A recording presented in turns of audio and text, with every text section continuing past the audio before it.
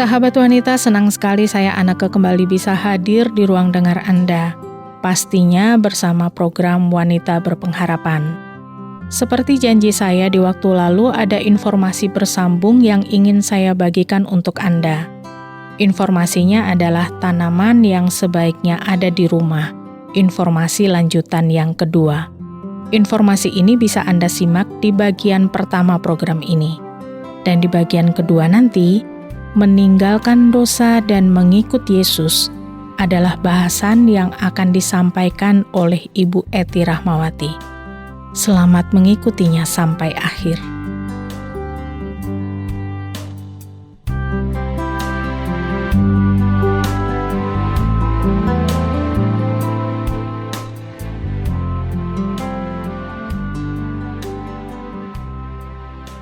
Sahabat wanita, saya masih ingin mengingatkan tanaman herbal atau tanaman obat terkadang bisa membantu proses penyembuhan penyakit-penyakit tertentu. Anda bisa menanam beberapa tanaman yang mungkin selama ini dikenal sebagai salah satu bumbu masakan juga. Ada beberapa tanaman obat yang mengandung senyawa aktif yang bisa memberikan efek farmakologis pada tubuh manusia. Efek farmakologis adalah efek yang bisa mencegah, bahkan menyembuhkan gangguan kesehatan. Ada beberapa tanaman herbal yang sebaiknya ada di rumah, atau Anda bisa menanamnya di sekitar halaman rumah, karena kalau sewaktu-waktu diperlukan untuk pengobatan, Anda bisa langsung memanfaatkannya. Ada daun kemangi, sejenis tanaman herbal yang punya aroma yang khas dan rasa sedikit manis. Tanaman ini kaya akan senyawa aktif, termasuk minyak esensial, antioksidan, vitamin, dan mineral. Beberapa manfaatnya bisa menyehatkan saluran pencernaan karena bersifat karminatif dan digestif, yaitu bisa membantu meredakan masalah pencernaan, perut kembung, dan mual. Menjaga kesehatan jantung juga, karena ada senyawa beta-karotin dan magnesium. Bisa menenangkan pikiran dan mengurangi stres, karena aromanya bersifat menenangkan dan bisa meningkatkan suasana hati. Bisa menyegarkan nafas juga, karena bersifat antibakteri yang membantu mengurangi bau mulut dan menyegarkan nafas. Sebagai sumber antioksidan juga, karena mengandung senyawa antioksidan seperti eugenol dan linalol yang membantu melindungi sel-sel tubuh dari kerusakan akibat radikal bebas. Ada juga tanaman brotowali. Ini sejenis tanaman merambat yang paling banyak digunakan batang dan daunnya. Beberapa manfaatnya bisa menjaga kesehatan hati atau liver, karena bersifat hepatoprotektif yang berarti bisa melindungi dan mendukung kesehatan hati. Bisa meningkatkan kekebalan tubuh juga, karena bersifat imunomodulator yang bisa membantu meningkatkan sistem kekebalan tubuh. Antiinflamasi juga bisa membantu mengurangi peradangan dalam tubuh. Antidiabetes juga bisa membantu mengatur kadar gula darah dengan meningkatkan sensitivitas insulin dan mengurangi resistensi insulin. Antioksidan juga karena bisa membantu melawan kerusakan akibat radikal bebas dalam tubuh dengan cara melindungi sel-sel tubuh dari kerusakan akibat stres oksidatif. Kalau selama ini Anda menikmati jahe sebagai salah satu bumbu dan bahan minuman, ada baiknya Anda bisa menanamnya juga, karena jahe adalah tanaman rimpang yang punya beberapa manfaat. Antara lain antiinflamasi dan analgesik, karena mengandung senyawa gingerol yang berperan mengurangi peradangan dan meredakan nyeri.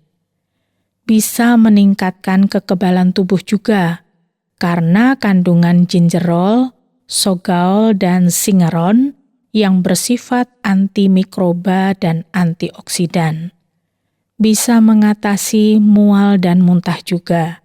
Bisa meredakan nyeri sendi karena kandungan inflamasi yang bisa membantu meredakan nyeri pada sendi seperti osteoartritis dan rheumatoid arthritis. Bisa mengurangi kolesterol juga, karena dalam porsi tertentu bisa mengurangi trigliserida dan kolesterol jahat, sekaligus meningkatkan kolesterol baik. Ada juga sambiloto, tanaman obat yang memiliki daun berbentuk lonjong dan bunga berwarna putih atau ungu. Beberapa manfaatnya bisa merangsang sistem kekebalan tubuh untuk melawan infeksi. Bisa mengatasi infeksi saluran pernafasan, berarti bisa meredakan gejala pilek, batuk, dan infeksi saluran pernafasan lainnya.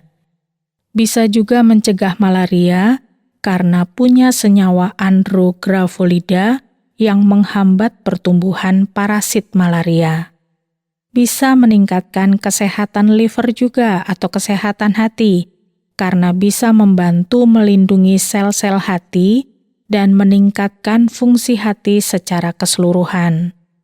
Bisa mengelola gejala diabetes juga, karena punya cara mengatur kadar gula darah dalam tubuh dan meningkatkan sensitivitas insulin. Ada pegagan atau antanan.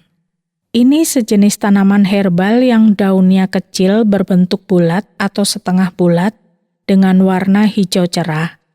Tanaman ini punya beberapa senyawa aktif yang bermanfaat untuk meningkatkan kesehatan otak, meningkatkan sirkulasi darah juga, bermanfaat untuk peremajaan kulit, bisa menenangkan sistem saraf, dan bisa membantu penyembuhan luka. Kalau kayu manis pasti Anda sudah kenal ya. Ini tanaman obat yang memanfaatkan kulit pohonnya karena punya beberapa khasiat, antara lain antiinflamasi, bisa mengatur gula darah, antimikroba juga, bisa melawan radikal bebas, bahkan bisa mendukung kesehatan jantung. Ada juga kencur, tanaman obat yang bagian batangnya digunakan untuk mengobati masalah pencernaan seperti perut kembung dan mual. Ada juga gambir yang batangnya digunakan untuk menghasilkan ekstrak yang punya sifat antiseptik dan antidiare.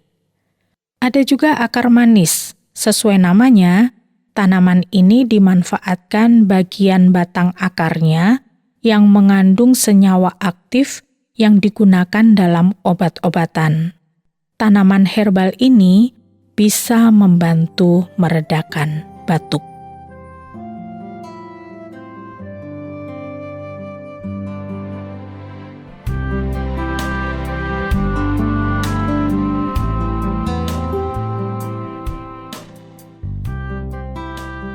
Sahabat wanita, sambil Anda mempelajari beberapa tanaman yang mungkin bisa Anda tanam di sekitar rumah, mari simak juga informasi penting yang akan disampaikan oleh Ibu Eti Rahmawati, meninggalkan dosa dan mengikut Yesus. Selamat menyimaknya sesudah sebuah lagu berikut ini.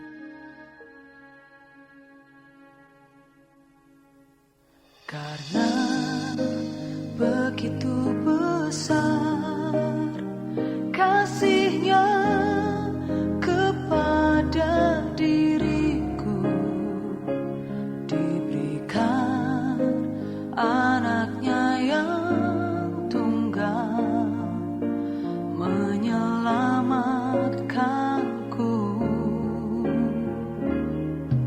Dengan harga yang mahal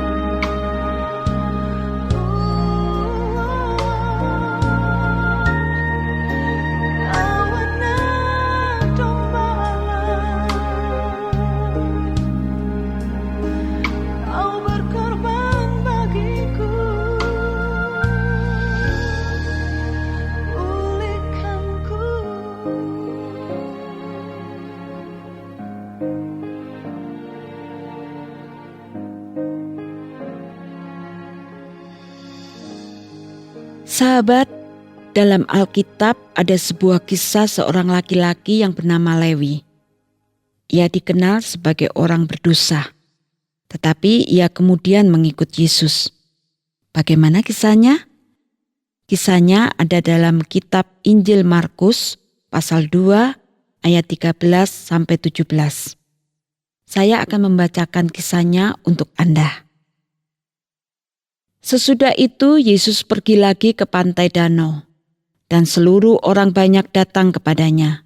Lalu ia mengajar mereka.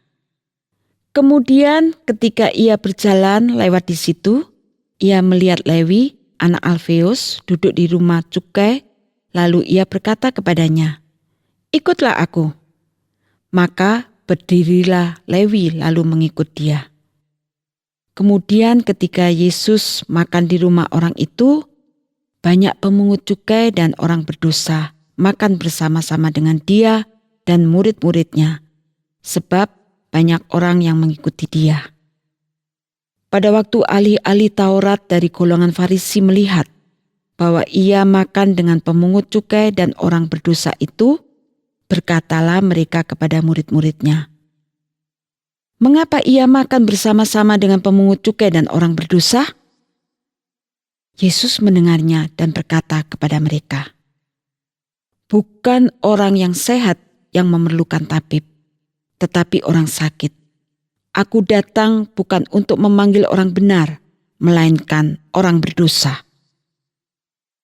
Sahabat, pada saat Tuhan Yesus lewat, Lewi sedang berada di rumah cukai. Ia memang seorang pemungut cukai. Dan seorang pemungut cukai pada zaman itu dianggap orang yang berdosa. Saat Tuhan Yesus lewat dan melihat Lewi, lalu Tuhan Yesus berkata, "Ikutlah aku." Mendengar ajakan Tuhan Yesus ini, Lewi langsung mengikut Yesus tanpa bertanya atau menolaknya. Hal yang menarik adalah ketika Tuhan Yesus makan di rumah Lewi, banyak pemungut cukai dan orang berdosa ikut bergabung makan bersama-sama Tuhan Yesus. Tentu pemungut cukai dan orang berdosa lainnya sangat senang bisa makan bersama-sama dengan Tuhan Yesus. Mereka tidak takut atau malu kepada Tuhan Yesus. Bahkan mungkin mereka berpikir dan bertanya, "Kok Tuhan Yesus sudi ya makan bersama dengan mereka?" Sahabat, melihat peristiwa Tuhan Yesus makan bersama Lewi dan para pemungut cukai serta orang-orang berdosa, sejumlah ahli Taurat dari golongan orang Farisi waktu itu tidak begitu senang dan mempertanyakan hal itu kepada murid-murid Tuhan Yesus. Mereka lalu bertanya kepada murid Tuhan Yesus begini, "Mengapa ia makan bersama-sama dengan pemungut cukai dan orang berdosa?"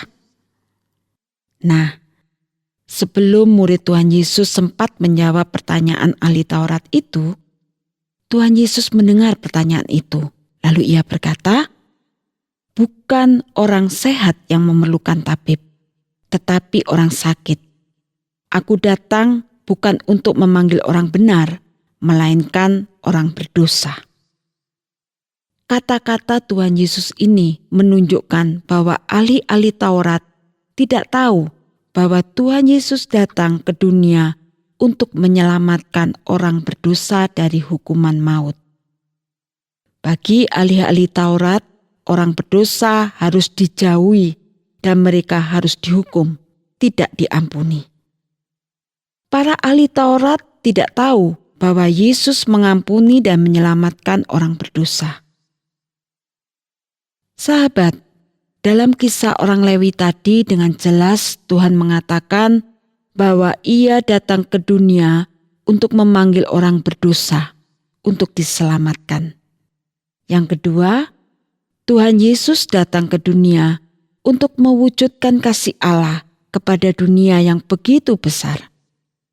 Injil Yohanes pasal 3 ayat 16 mengatakan, "Karena begitu besar kasih Allah akan dunia ini, sehingga ia mengaruniakan anaknya yang tunggal, supaya siapa yang percaya kepadanya tidak binasa, melainkan beroleh hidup yang kekal. Tuhan Allah mengasihi umat-Nya yang berdosa, dan wujud kasih itu dinyatakan dalam diri Tuhan Yesus, anak tunggal-Nya. Tuhan Allah mengaruniakan anak-Nya yang tunggal, supaya setiap orang yang percaya kepadanya tidak binasa karena dosanya, melainkan beroleh hidup yang kekal. Jadi orang berdosa tidak dihukumnya, tidak dibuangnya, dan tidak akan dibinasakan, tetapi akan beroleh hidup kekal bila percaya kepada Yesus Kristus dan menjadi pengikut-Nya. Sahabat, apakah Anda menyadari bahwa Anda orang berdosa? Apakah Anda ingin diselamatkan dari hukuman kekal? Dan apakah Anda juga menginginkan hidup yang kekal di surga kelak? Saat ini, Tuhan Yesus memanggil Anda untuk percaya dan mengikutinya. Segera datang kepada Tuhan Yesus dan katakan bahwa Anda percaya kepadanya. Tirulah Lewi yang segera menerima tawaran Tuhan Yesus saat Tuhan Yesus memintanya untuk mengikutinya. Jangan tunda lagi. Jangan sampai Anda terlambat mengikut Yesus. Kita tidak tahu kapan waktu kita di dunia ini akan berakhir. Mungkin sahabat bertanya, apa artinya meninggalkan dosa dan mengikut Yesus? Meninggalkan dosa dan mengikut Yesus berarti menyangkal diri, yang artinya menyangkal keinginan daging kita, yaitu ego, ambisi, pikiran, perasaan, dan kehendak diri sendiri. Lalu bertekad melakukan apa yang Tuhan Yesus kehendaki. Meninggalkan dosa dan mengikut Yesus artinya taat melakukan firman Tuhan. Jikalau kamu tetap dalam firman-Ku, kamu benar-benar adalah murid-Ku. Yohanes 8 ayat 31. Meninggalkan dosa dan mengikuti Yesus juga berarti mengutamakan Kristus di atas segalanya, bukan menempatkan Kristus di bawah kepentingan yang lain. Bila kita mau mengikut Kristus, kita perlu taat, melaksanakan ajaran Kristus, dan menyaksikan kebenaran Kristus kepada sesama melalui setiap perkataan, sikap, dan perbuatan kita sehari-hari. Hal utama yang perlu kita laksanakan sebagai murid Kristus adalah meneladani gaya hidup Kristus dan hidup saling mengasihi dengan sesama. Sebagai orang berdosa, marilah kita segera meninggalkan dosa kita dan mengikut Yesus. Tuhan Yesus saat ini memanggil kita untuk mengikut Dia, agar kita menjadi murid-Nya.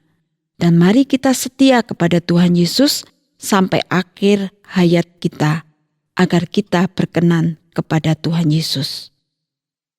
Tuhan mengatakan kepada kita, bukan orang sehat yang memerlukan tabib, tetapi orang sakit.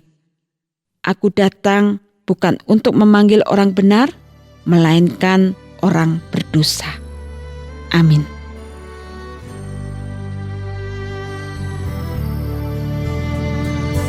Hidup yang putus asa tak berarti, jalan dengan tanpa harapan, namun tangan yang berlubang aku menjamah jadi hidup baru.